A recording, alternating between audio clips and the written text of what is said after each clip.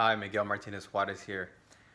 Today I want to talk about two major ideas that are going to help you manifest what you want in life, okay, and help you take the action to receive it, okay?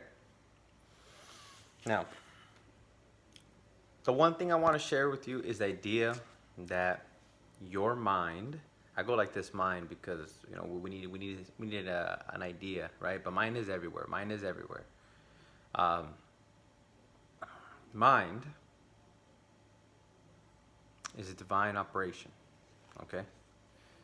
Is a divine operation because it's what shapes circumstance.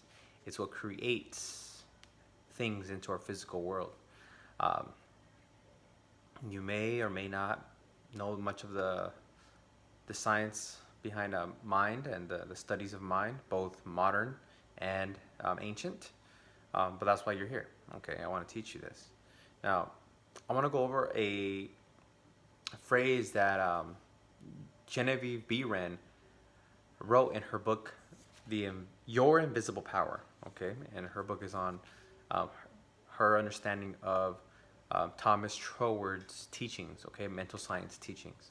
And here it is. Here's the line I want to share with you.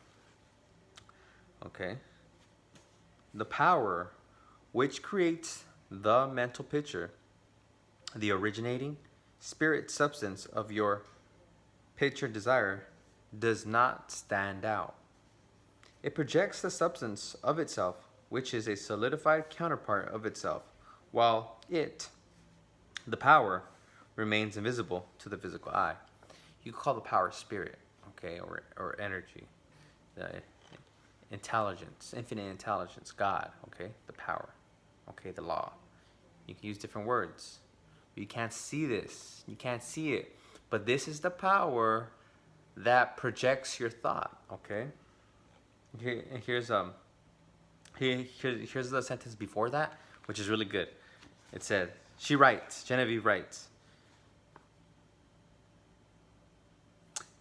everything animate or inanimate is called into existence or outstandingness by a power which itself does not stand out. Okay? So again, this goes back to the power that you cannot see. Okay? You cannot see it. But there is a power that allows you to project your thoughts. So it helps you take the actions, the ideas, the hunches towards that. Okay, I want to use an example of the Wright brothers who created the airplane. There's nothing in nature that looks like the airplane. Nothing. Who created it? The Wright brothers, using the power, the higher power, okay? The higher powers will give them that desire, what will allow them to start receiving those ideas and plans, okay? And they didn't know how to do it, right? They didn't know how. They decided they were gonna do it, and then they got the ideas, inspiration, and hunches to do it. Okay, that's how anything in life you want will occur. Okay, the thing is you have to decide and you have to be persistent. I mean, you never give up. Okay, Napoleon Hill writes in his book, quitters never win, and winners never quit. Okay, you should write that phrase somewhere in your home so you can remember that.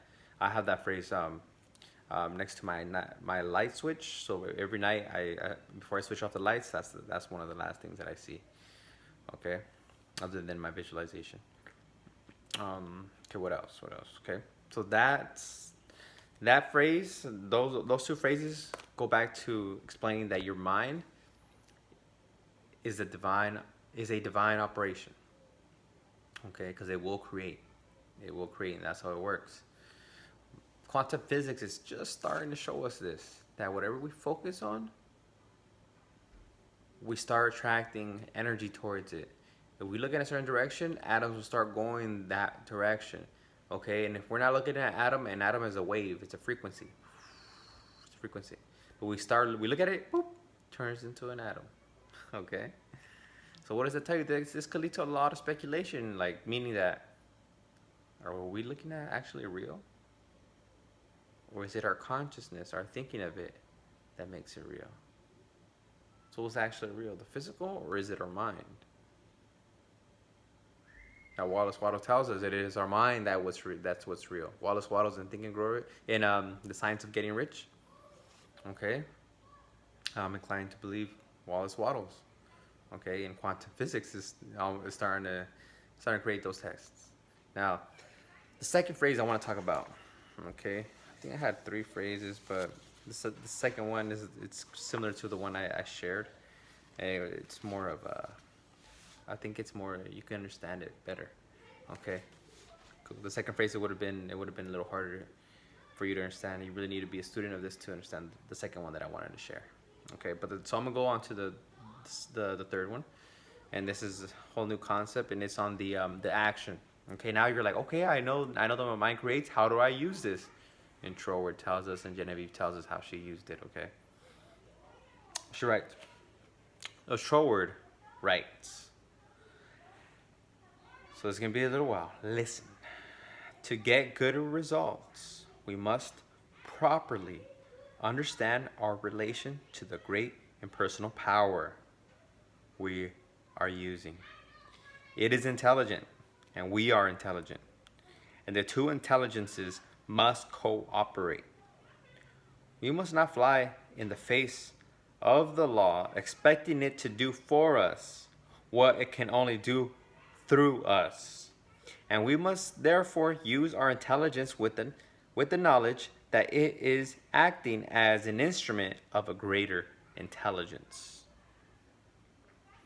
And because we have this knowledge, we may and should cease from all anxiety as to the final result. In actual practice, we must first form the ideal conception of our object with the definite intention of impressing it upon the universal mind. It is this thought that takes such thought out of the region of mere casual fancies. And then affirm that our knowledge of the law is sufficient reason for a calm expectation of the corresponding result, and that therefore all necessary conditions will come to us in due order. We can then turn to the affairs of our daily life with the calm assurance that the initial conditions are either there already or will soon come into view. If we do not at once see them, let us rest content with the knowledge that the spiritual prototype is already in existence, and wait until some circumstance pointing in the desired direction begins to show itself. It may be a very small circumstance, but it is the direction, not the magnitude, which is to be taken into consideration. As soon as we see it, we should regard it as the first sprouting of the seed sown in the absolute, and do calmly and without excitement whatever the circumstances seem to require. And then later on we shall see that this doing will in turn lead to a further circumstance in the same direction, until we find ourselves conducted step by step to the accomplishment of our object. In this way, the understanding of the great principle of the law of supply will, by repeated experiences, deliver us more and more completely out of the region of anxious thought and toilsome labor, and bring us into a new world where the useful employment of all our powers, whether mental or physical, will be an unfolding of our individuality upon the lines of our own nature, and therefore a perpetual source of health and happiness. A sufficient inducement, surely, to the careful study of the laws governing the relation between the individual and the universal mind. So here we have the how.